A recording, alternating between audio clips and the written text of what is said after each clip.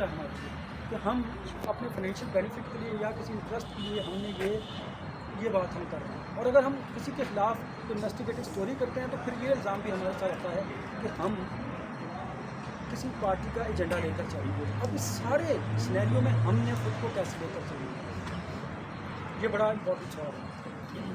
آج جب صدیق جان آیا تو میں نے صبح ٹکٹ رات ہم 2 بجے تک رہی، تو صبح 8 بجے سب سے پہلے شخص میں تھا جو وہاں پر پہنچا، ہمارے پاس دوست بھی آئے.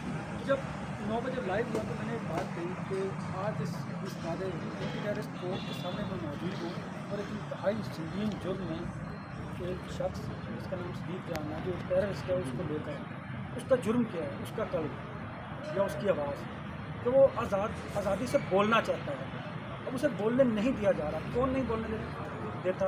یا تو یہ معاشرہ سماج ہے، ٹی وی چینل کا مالک ہے، یا پھر اسٹیبلشمنٹ اور حکومت ہے، یا پھر ہم خود لوگ ایسے ہیں کہ ہمارے جیسے کور جو ہیں وہ ایسے لوگوں کی جو حق و سچ کی بات کرنا چاہتے ہیں ہم ان کو اسپیئر نہیں کرتے، ان کو اتنا ہیومیلیٹ کرتے ہیں، فائنینشی طور پر ان کو نقصان پہنچاتے ہیں. ہم اخلاقی پستی کا اتنا شکار ہوتے ہیں کہ ہم جو کر سکتے ہیں اس کے لیے کرتے ہیں تاکہ یہ آواز دبا دی جائے، کیونکہ اختلافی آواز کو ہم سننا ہی نہیں چاہتے.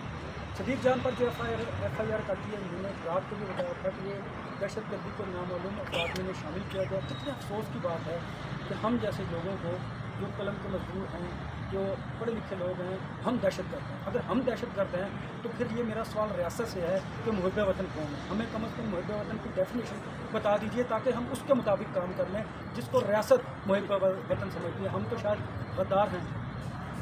شاید یہی وجہ ہے کہ جس کی سزا عمران ریاض خان، صدیق جان اور اس جیسے بہت سارے صحافی بھگت رہے ہیں. اور آپ دیکھیں کہ اس سے بھی بڑھ کر ارشد شریف شہید وہ تو اپنی زندگی سے بھی ہاتھ دھو کرتا ہے کیونکہ وہ خاموش نہیں ہو رہا تھا. اس کی اختلافی آواز بہت سارے لوگوں کو بھا نہیں رہی تھی. اس وجہ سے اسے شاید اس بے دردی سے قتل کر دیا گیا، لیکن وہ شہید ہے اور شہید ہمیشہ زندہ ہوتا ہے. اس کی لیگسی ہے، آپ لوگ لے کر چلیں. دوسری بات دوستو، یہ بات بالکل درست ہے، ہمیں رسپانسبلٹی سب خود ہمیں اپنی رسپانسبلٹی کا خیال کرنا چاہیے. ہم کرتے بھی ہیں، اخبارات میں میکنزم موجود ہے، ٹی وی چینل میں بھی موجود ہے.